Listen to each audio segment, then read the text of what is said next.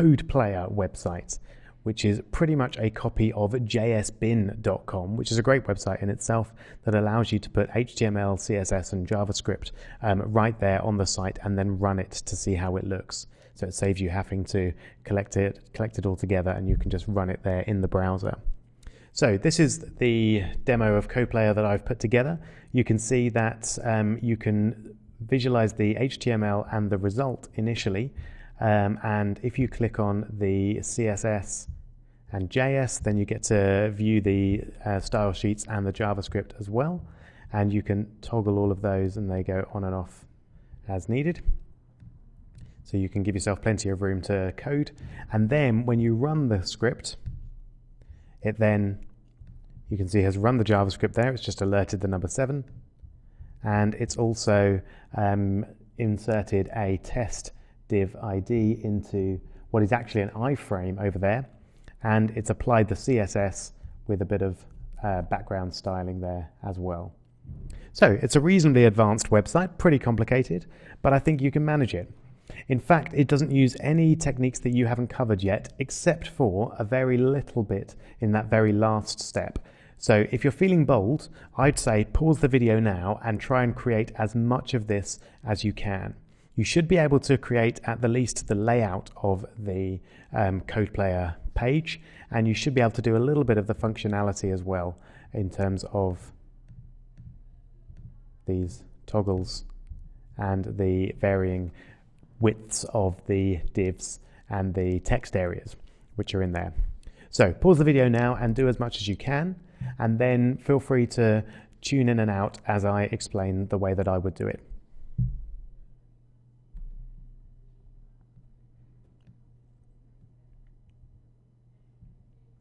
Right, so we'll start from scratch, as we always do. Line up everything nicely. So I'll empty out this file here and get rid of all our styles. We don't need, we'll keep the jQuery. I don't think we're going to be using jQuery UI here, although you might want to. So we can get rid of those. So we'll just keep the jQuery. Right. So let's settle in. I'll just save that and refresh there. So there we've got our blank page. So first off, let's try and create this header area. So I'm going to create a wrapper div, which will contain the whole page. That's just something I do pretty much every website that I create. It's often very useful to have a wrapper div and just gives you a bit more control over everything. So let's create another div for the menu bar. We'll call it menu bar. Close the div there. And now let's bring in some styles.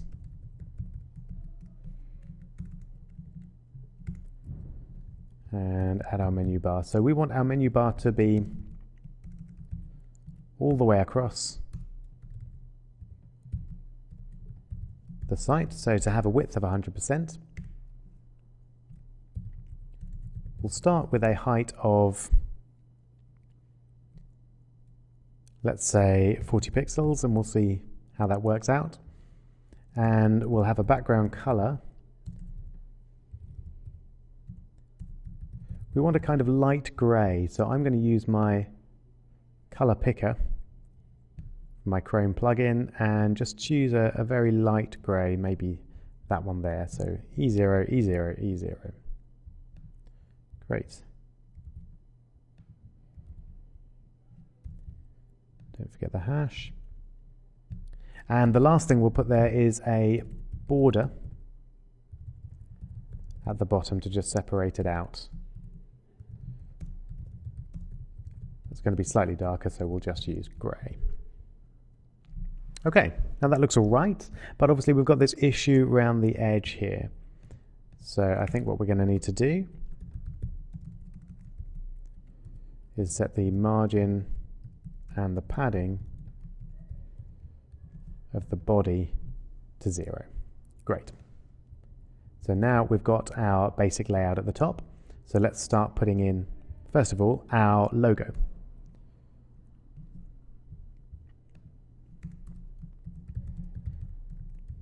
So we'll call it a logo, even though it'll just be some plain text.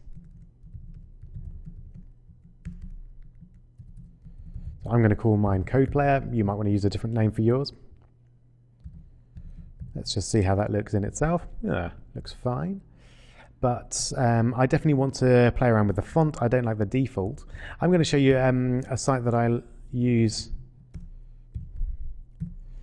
quite often when I want to get nice fonts. It's called Better Helvetica. It's just a quick CSS trick. And what it does, if I copy and paste this into my body, you'll remember that the font family attribute has values that it will take each font and try and apply that font if the system has it. And if it doesn't, then it will back off and try the next font, and on and on and on and on and on. So if you're on a Mac, generally speaking, you have the Helvetica Neue Light installed by default, whereas most Windows machines probably won't. So this will start off with what one might consider to be the nicest font, and then go simpler and simpler and simpler, and just end up with a sans serif one if there are no fonts at all on the system. So there we go. Now we've got this nice clean, thin font there. But we're going to want to change that a little bit. So let's add a bit of padding to the menu bar. Or actually, no, I'll think twice about that. I'll put it in the logo instead, because we might want to have different paddings for the central part of the menu bar and the button on the right. So let's try some padding at the top of 5 pixels. I'm not too bothered about the padding on the right or the bottom, but we definitely want some padding on the left. Let's say 20 pixels and see how that looks. Okay, not bad. We could definitely do with bolding it up a little bit, and we could probably increase the font size a touch. See how that looks. Nice. Okay, that's good enough. It's not a great logo, but it'll do the job for this site. Okay, so there's our logo.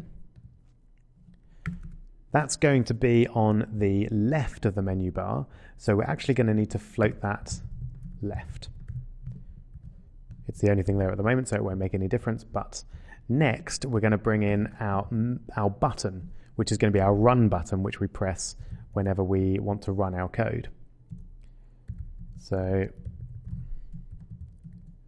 we'll create a button div to contain our button. And then within that, we want a button, and that will just say run. We'll give the button an ID, and we'll call it run button. There we go. Okay, fine. We definitely want it to be on the right. So let's get our button div and float it to the right. Great. And a little bit of padding would be useful. So let's try another 5 pixels on the top.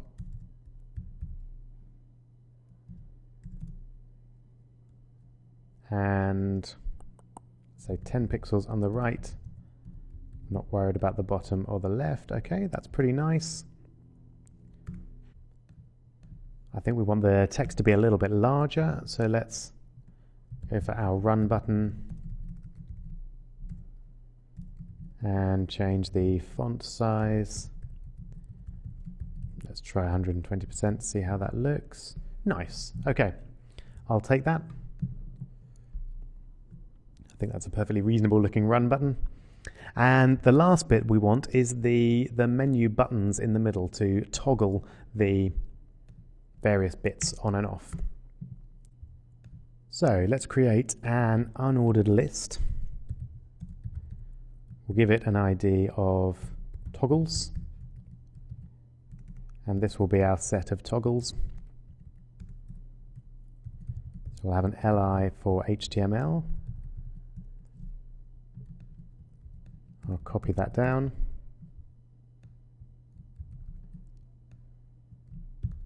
One for CSS, one for JavaScript, and one for the result div. Okay, looks pretty awful, but we can sort that. So let's get our toggles URL in. So first of all, you'll notice that we've got an extra bit of padding there. That's down to the margin of the UL. So if we set that to 0, that'll sort that out. We want to get rid of the list styling. So list style to none. That'll get rid of those bullet points. And we definitely want to float everything left in the li so that they're all on a single line. Great. So the only thing left, I think we want to center it. So let's give it a width of 200 pixels for now and a margin of 0 auto. Okay, it's looking good. Great. Now we definitely want to style that a little bit more though. So let's give them a bit of a border. And we'll need a height as well. So let's try 27 pixels, see what that does for us. Okay, we're looking better. Let's have a little look at the LIs and give them a bit of work. So we could do with a border right.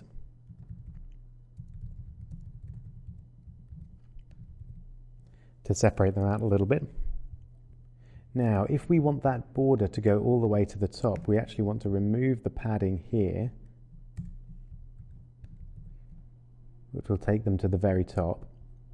And we also want to add in a bit of padding here instead. 5px there. Okay, that looks pretty nice actually. So we'll have 5px on the top and the bottom.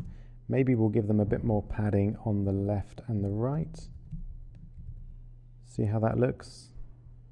A little too much padding.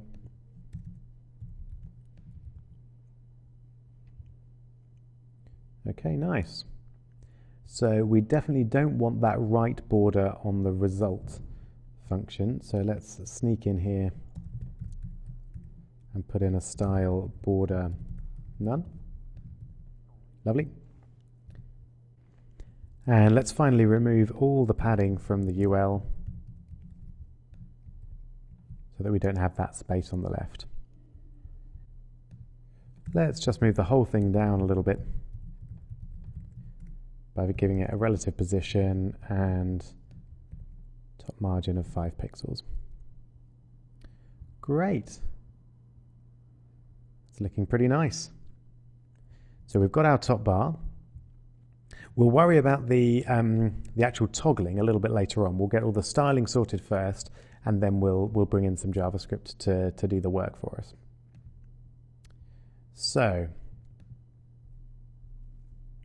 we're now outside of the menu bar. So let's bring in our first bit of code. So if we have a div, we're going to need several of these divs. So let's use class. So we'll have a class of code container. This is going to be our first chunk of code. And we'll give it an ID of HTML container. This is going to be the HTML one. Close that down. One thing we're going to need to do before that is break the floats, because we've got our left and right floats up there. We definitely want to have a div that breaks those for us. So we'll say clear both.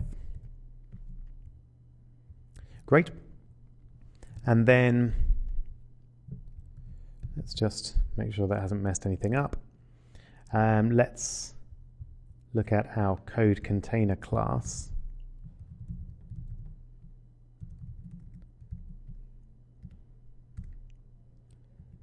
And see what we want to do with that. So let's give it a background color for the moment so that we can see where it is. Blue. We want a height of, let's start with 100% for the moment, and a width of 50%.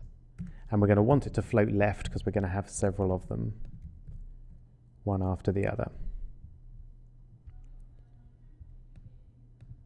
And let's just put a little bit of content in there. Great.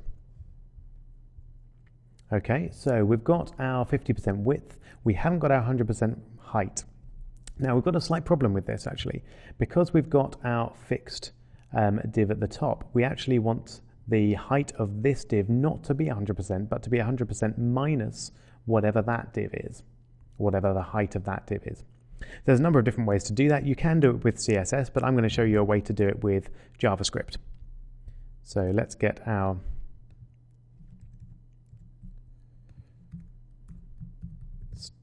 script tags up and running. So if we want to set the height of the code container div to be equal to the height of the window minus the height of that top bar, or the menu bar, then we need to first work out what the height of the window is. Now, it's very easy to do that with JavaScript. We'll set up a variable called window height. And we use the string to get a bit of jQuery. And then we use the window to refer to the actual window, so the browser window. And we can use the height command to work out the height of that window. So let's just use an alert to see what that gives us. 66. So my browser window here is 626 pixels high.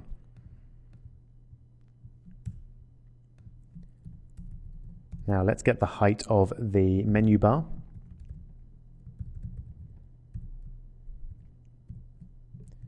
So this time we just select menu bar and we use height again, and let's have a quick look at what that is.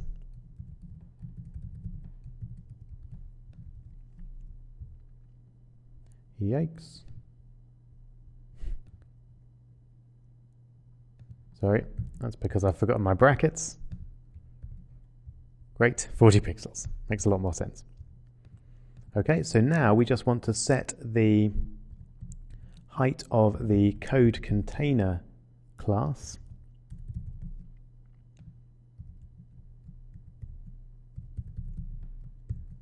to be equal to, in fact, let's create a new variable,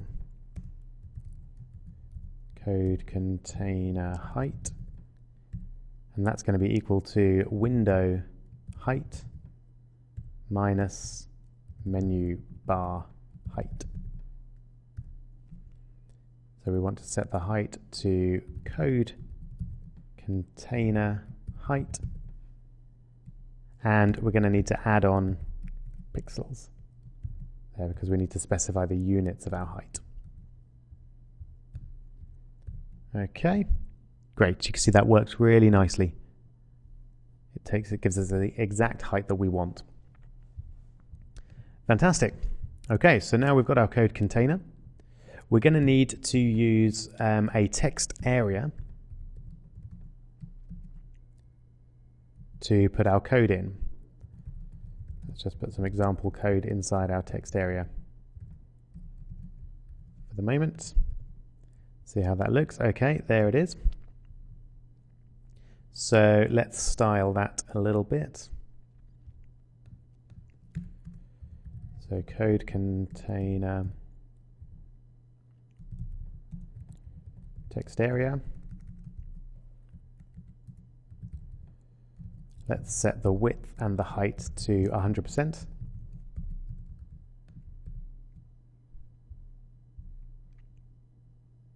Great. And let's deal with the border. We'll set all the borders to none, but the right border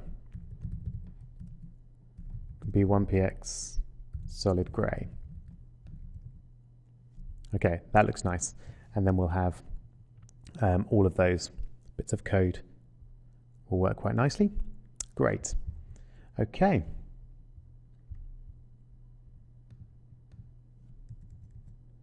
So there's our example code. Do we want to style that at all? I think maybe we could use a fixed width font would be nice. So let's have a font family of just a basic fixed width font is monotype. When you're coding, it's always nice to have a fixed width font, and then you can just see your code much easier. And maybe make it a little bit larger. Let's go for 120%, see how that looks. A little too large. A little too small.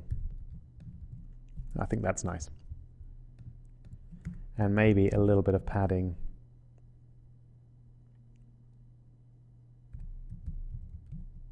Maybe a touch more. Okay, great. The only other thing that we need is something telling us that this is the HTML bit. So I'm going to pop that here. We'll have a div tag with a class of code label and content of HTML. So if we have a look at that there, that's not exactly what we want. In fact, that does remind me that we could do with getting rid of our background blue. So we don't need that anymore either. Okay, but we want to put the HTML label over here. So we want to essentially float it on the right. So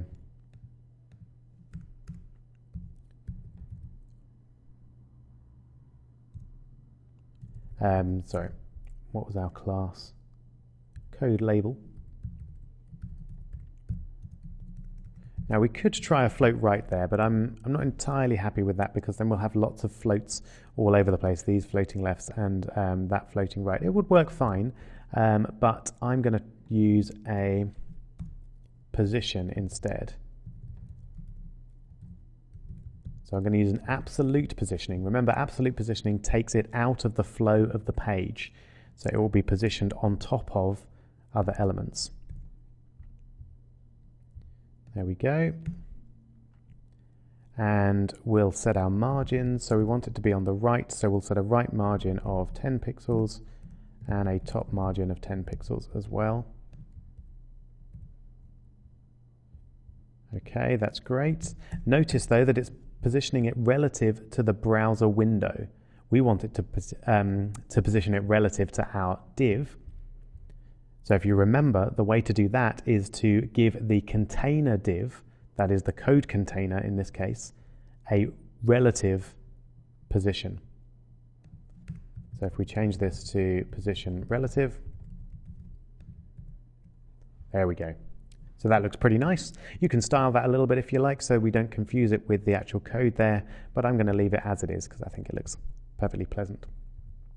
So there we've got our HTML. Now let's copy that div to make two more divs, which are going to be the CSS container and the JavaScript container. So we'll change the labels. And initially we don't want those to appear, so I'm going to add some CSS to simply set the display to none.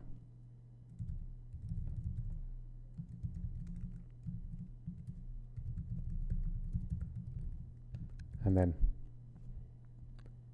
oops, something's gone wrong there, probably because I used small c's. Let's fix that. And JS container. Great. So we're back to how we were before, and we can bring the CSS and JS in later on. So our last one is going to be our result container. The label is going to be result, but this one, instead of a text area, it's going to have an iframe. And it's the iframe that we're going to put the result into. Now we need to sort that out a little bit, because it's not looking great. We're only going to have a single iframe. So let's just refer to it as an iframe. So let's set the height to 100%. First of all, so that'll stretch it all the way down, and let's move it slightly to the right.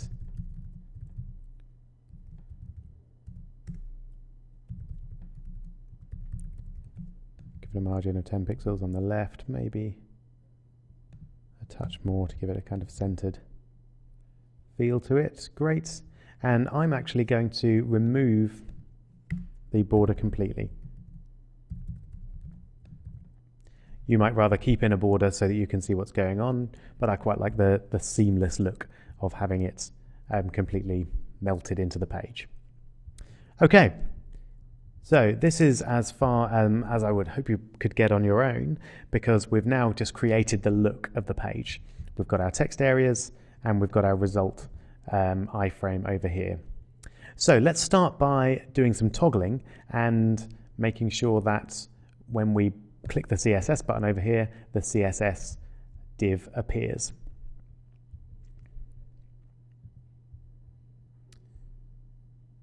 So first of all, we're going to want to give these LIs a class. We could possibly do without it, because they are the only LIs, but I think it's probably best to give them a class so that we can refer to them unambiguously. So, toggle. So what happens then when we click our toggle? Bring in a function. Okay, so first of all, we're going to need to know a way of working out whether or not each individual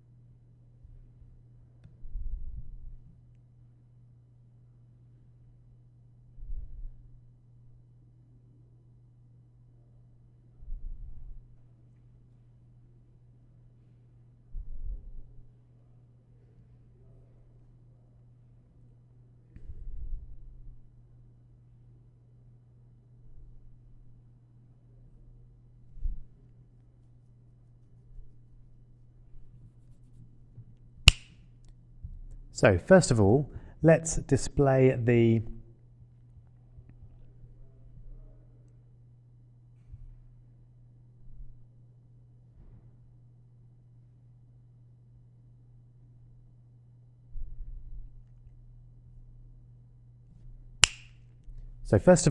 let's sort out the styling of the actual buttons themselves. So we want them to go darker when they're clicked. So let's create a separate class for when they're selected. And initially we want HTML and the result to be selected. So we'll give them the class to start off with. And simply enough, we can just let the background color be grey. There we go. We have a slight issue there.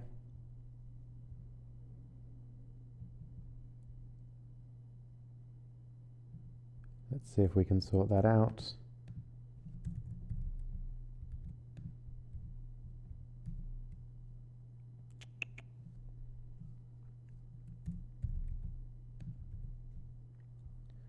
Okay, let's just make sure, get that exactly right. Nice. Okay, great. So we've lost our extra bit of padding there. So going back to our JavaScript code, there's a new function that I'm going to teach you called toggle class. So when we've clicked on one of these, what we want to do is toggle whether or not the class of selected is applied to them. So if the selected class is applied, we want to de-apply it. And if it isn't applied, we want to apply it. So let's say how we do that. We're going to use the this command to select the particular li item that was clicked. And that's the toggle class command. And oops, we want to toggle the class of selected. So that does a really nice job of bringing in whether or not the buttons have been selected and clicked. Fantastic. Right. Now we can also use a toggle command to toggle whether or not the larger divs are displaying. So let's see how we might do that. We need to work out which div to make appear or disappear depending on which button is clicked. So we're going to need to know which button is clicked.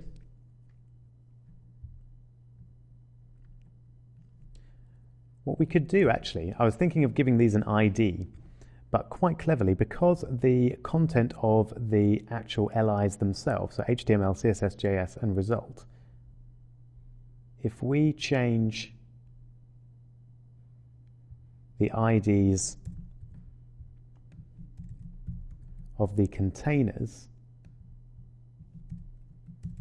to be the same case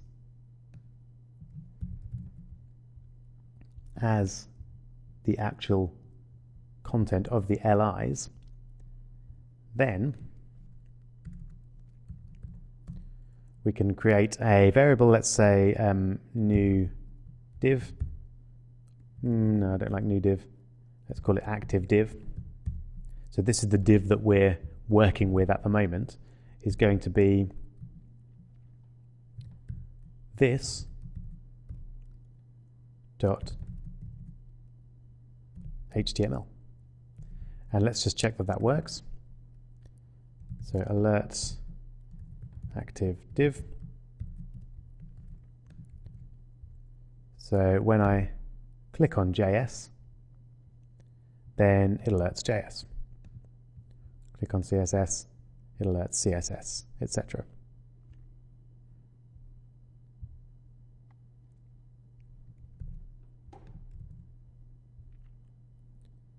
Okay.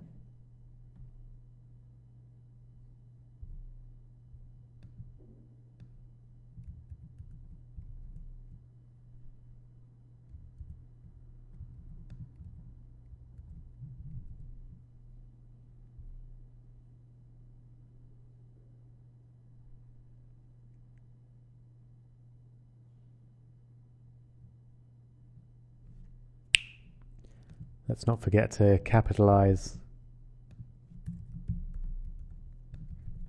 the names of the divs up there. Great. So we can now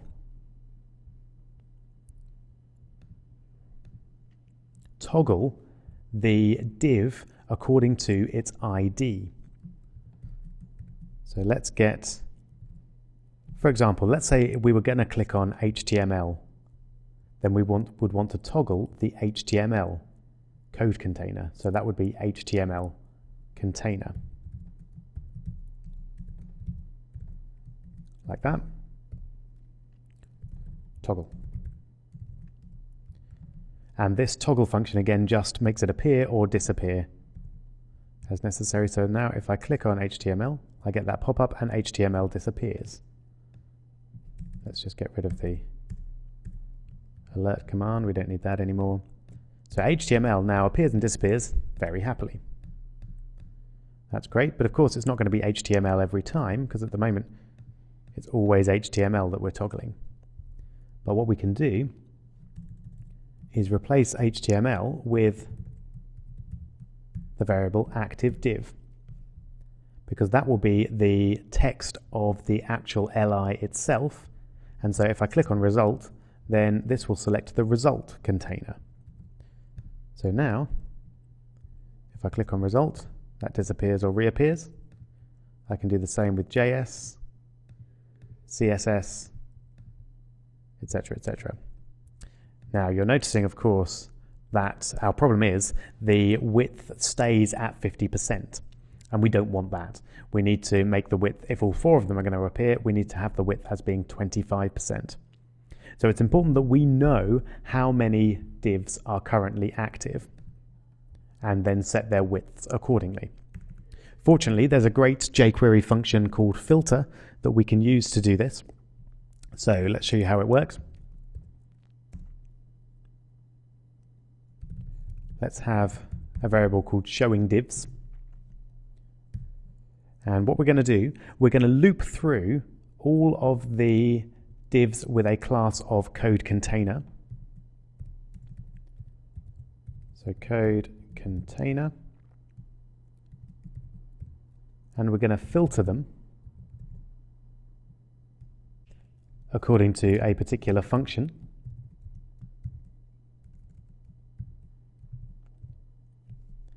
And that function is going to return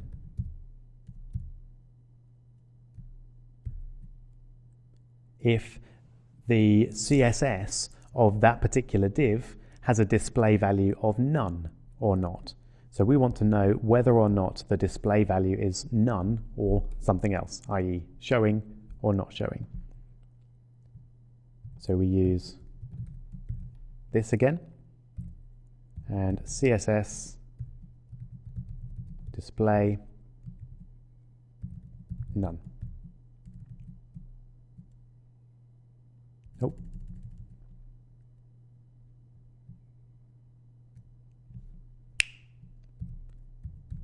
CSS display,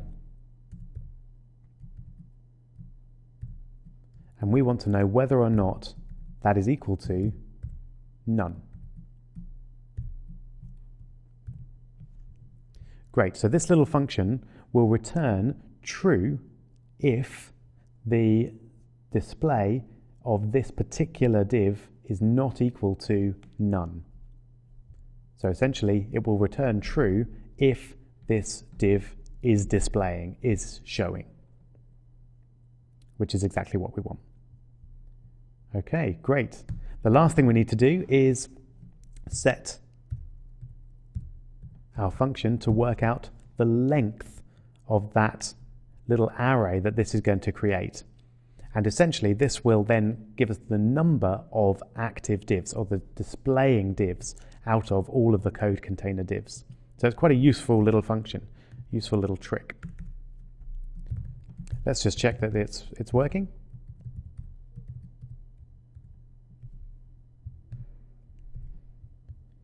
So if I do that, we get 3, brilliant. If I do that, we get 4, etc. Fantastic. So we've got our showing divs. So now we just need to calculate the width that we need depending on how many divs are showing. So let's create a variable, we'll call it width. That's going to be equal to 100 for 100% divided by the number of showing divs. So if showing divs is 2, then we want 50% each. If it's 3, we want 33.33% each. And if it's 4, then we want 25% each. And then all we need to do is set our code containers to have a width of width plus %. Great. Let's see how that works. Excellent. So we'll bring in JavaScript. Great. So this is working really well. You can see there's one problem there. We're not getting the borders showing of the CSS boxes. This is because we've got issues with overlapping here caused by padding and widths going to over 100% of the width. Now there's a nice easy way to fix that, and that is to use the box sizing attribute and set it equal to border box. Just see what effect that has. Everything displays now really nicely. What that essentially does is it includes the border in the width of the box and padding as well. So you don't get these problems of padding adding to the width of an already 100% wide element. So that can be a really useful trick if you find yourself running into this problem. Okay, so if we now have a look, we're pretty close. We've got our elements updating and toggling very nicely. We can update the example code in each of those three. So the one thing that we need to do is actually make the code player work. We need to run the code in the iframe. So we're going to do that when the run button is clicked.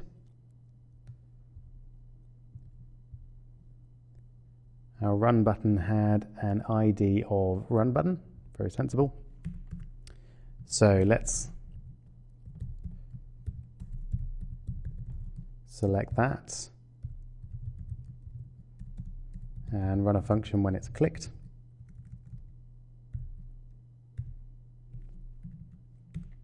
Okay, so what we're going to want to do when the run button is clicked is fill the iframe contents with the values of, let's start for the moment with HTML and CSS, and we'll worry about the JavaScript later. Now, this is something that you haven't seen before, but it's reasonably straightforward. We select the iframe, as we normally would, and then we use the contents function,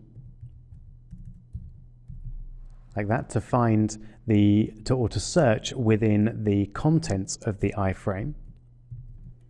And then we use the find function to find the tag with the value of HTML. And then we want to set the HTML of that tag. For now, let's just do a test. Let's do one step at a time and change the value of the HTML in the HTML tag in the contents of the iframe to test. Just see if that works. Great. Okay, so we've changed the contents of our iframe. Obviously, we don't generally want to change them to test. We want to change them to whatever is in the HTML section of the divs. So let's set the text area for this one to have an ID of HTML code. While we're here, we'll do CSS code as well and JavaScript code. Great, and then instead of test, we want to have the HTML code .val. Great, okay, let's run that. Brilliant. So we're displaying the example code in our iframe. Nice. Now we need to get the CSS in there as well. So that's reasonably straightforward. All we do is open a script tag in the HTML, and then we're going to add our CSS to that. So our CSS has an ID of CSS code .val. So I'm going to open a style tag. There we go. Notice I'm using single quotes for my style tag so that it doesn't get confused with the double quotes that we're using to identify our elements. So after the style tag, I want to put the contents of the CSS code text area. val there, and then I want to end the style tag, and then I want to put the HTML. So just before we test that out, let's just change the CSS code to something that will actually make a difference. So I'm going to set the background of the HTML, the background color, to blue. Okay, see how that works? That looks great. Okay, so we've got our HTML in there, we've got our styles in there. The only thing that we need to do now is our JavaScript. Now, there are various issues with running JavaScript that users are allowed to enter. And I'm not going to go into those issues now. They're pretty complicated. Generally, they're big security issues. So you don't want to just allow users to run arbitrary JavaScript on your site, because they, in theory, then can access some files and access scripts on your server. So you don't want to allow that. But for this, because we're just running it offline, we'll do it in a very simple way. And you can check out the security implications yourself. I won't go into those here. So there's a very simple way to evaluate JavaScript. And again, it's a bit of a dangerous function, but we'll deal with it for now because we're just running this offline. And simply, there's a command called eval. And so if I want to evaluate the JavaScript in the JS code text area, I just select JS code.val, put that inside my eval statement, and let's change the JavaScript code to something that will actually work.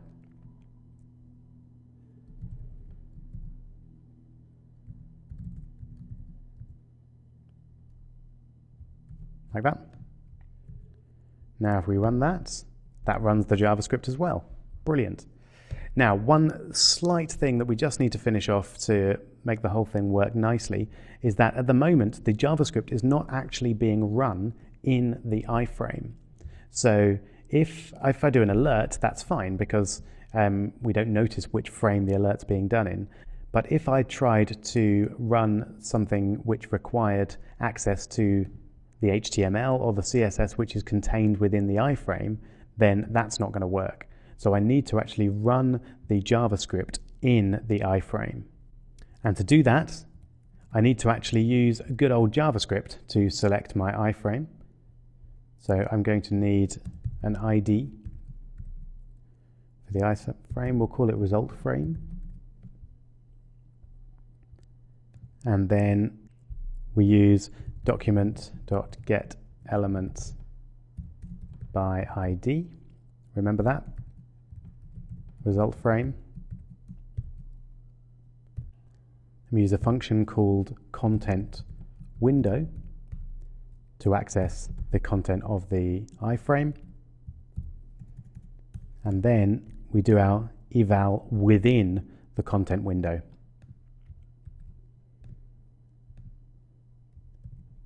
And now we can just test that out. So we still get our nice JavaScript alert.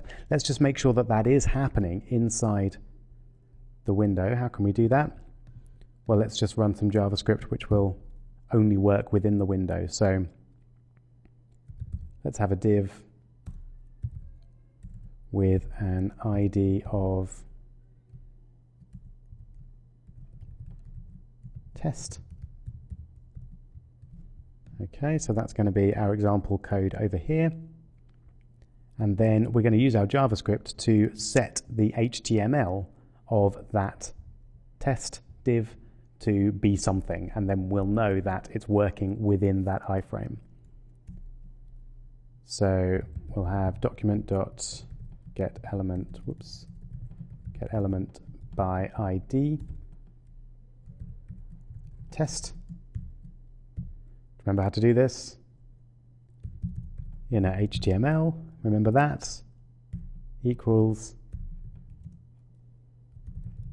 it's working. Okay, let's take a look, run, it's working, fantastic. So we've got HTML being put into this iframe. We've got CSS being applied to that HTML, and then we've got the JavaScript actually running on that HTML. So fantastic. If you've managed to recreate this yourself, then congratulations. Not an easy website at all. If you've played around with it and you've created something that looks a bit different or works in a slightly different way, then that's great. Please upload it to the servers and show us a link in the forum so we can take a look. Please do, however, remove the eval option from the JavaScript, because you are putting yourself a little bit in danger and allowing people to potentially access your server. So if you're going to upload it somewhere, remove the eval so it's only the HTML and the CSS that's working, not the JavaScript.